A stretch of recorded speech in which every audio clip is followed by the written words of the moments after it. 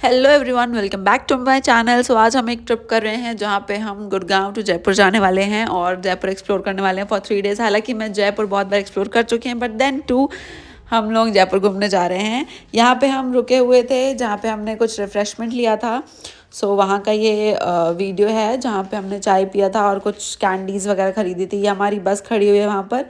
बस का टिकट था ऑलमोस्ट 600 to 700 एंड काफ़ी अच्छी थी NueGo. But NueGo intercity will be best option अगर आप बस से जा रहे हो तो इंटरसिटी लेना। नियोगो इट्स गुड बट उतना अच्छा नहीं है।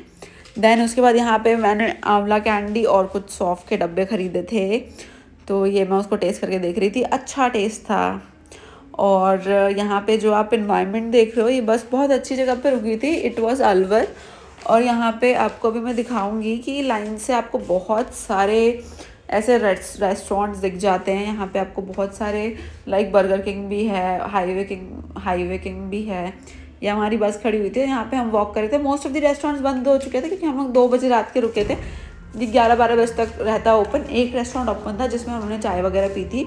उसके बाद फिर हम यहाँ पे जयपुर पहुँच गए हैं। उसके बाद जयपुर घूम रहे हैं, यहाँ पे एंटर करी। उसके बाद जो हमारा नेक्स्ट स्टेप था कि हम लोग रेडी होके आमेर के लिए निकल गए थे। हमारा फर्स्ट डेस्टिनेशन था आमेर। यहाँ पे मैंने वही क्लोथ्स पहने हैं जो मैं ट्रैवलिंग में पहनी हुई थी, क्योंकि सुबह का टाइम बेस्ट था तो वो मुझे वेस्ट नहीं करना था। मेरे लिए बेस्ट ऑप्शन था कि मैं सुबह का, उसके बाद मुझे वर्क फ्रॉम होम भी करना था, तो मेरे लिए बेस्ट ऑप्शन था कि मैं आमेर एटलीस्ट 3-4 आवर में कवर कर लूँ।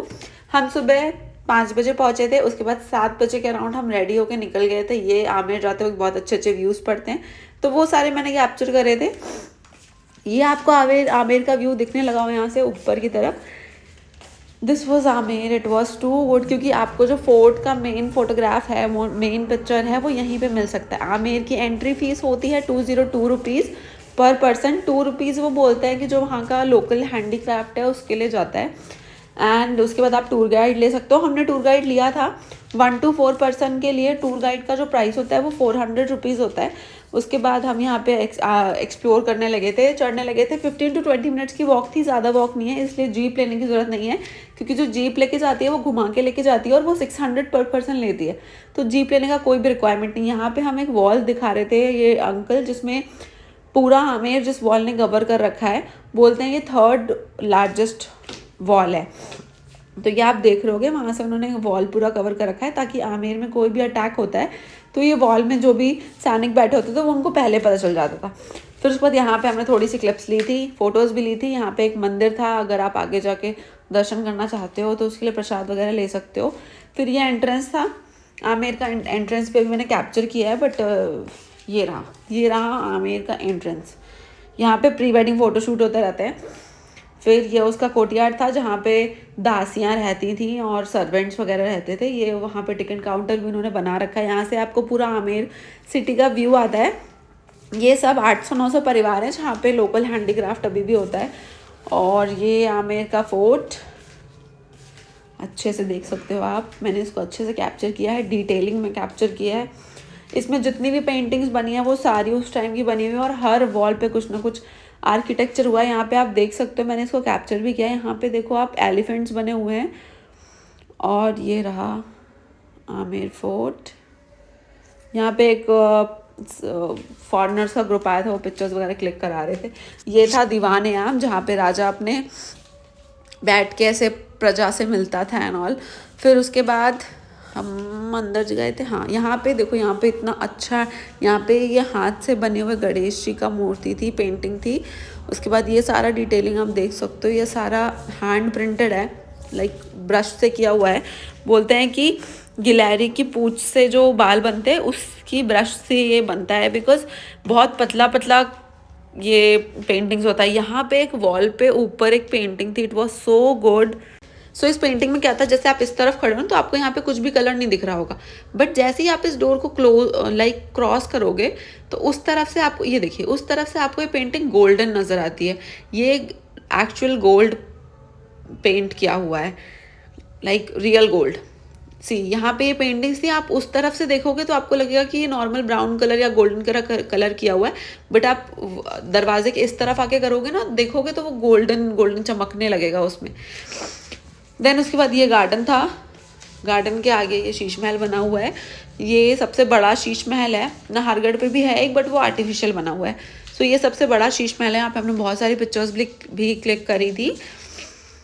हम अब जा रहे हैं वहाँ पे देखने और कुछ पिक्चर्स लेने प्यारी प्यारी।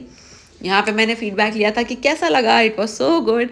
देन उसके बाद ये गाइड अंकल हम लोग को बहुत अच्छे से बता रहे थे, उन्होंने हमारी बहुत अच्छी अच्छी पिक्चर्स भी क्लिक करी थी। सो ये आप देख सकते हो शीश महल इतना प्यारा था। यहाँ पे हर एक डिज़ाइन पे शीशे लगे हुए थे। लाइक अगर वो छोटा डिज़ाइन है तो शीशे को ब्रेक करके उसको पेस्ट कर रखा था, एक एक शीशा पेस्ट कर रखा था। इट वो सो डिटेल्ड। यहाँ पे आप जितना भी चमक देख रहे हो ये सिर्फ शीशे का है, यहाँ पे कोई पेंट नहीं किया हुआ है। ये बोलते हैं कि राजा ने रानियों को दिन में तारे दिखाने के लिए बनाया था। एक्चुअली ये उनका हनीमून पैलेस था, ऐसा हमको उन अंकल ने बताया था।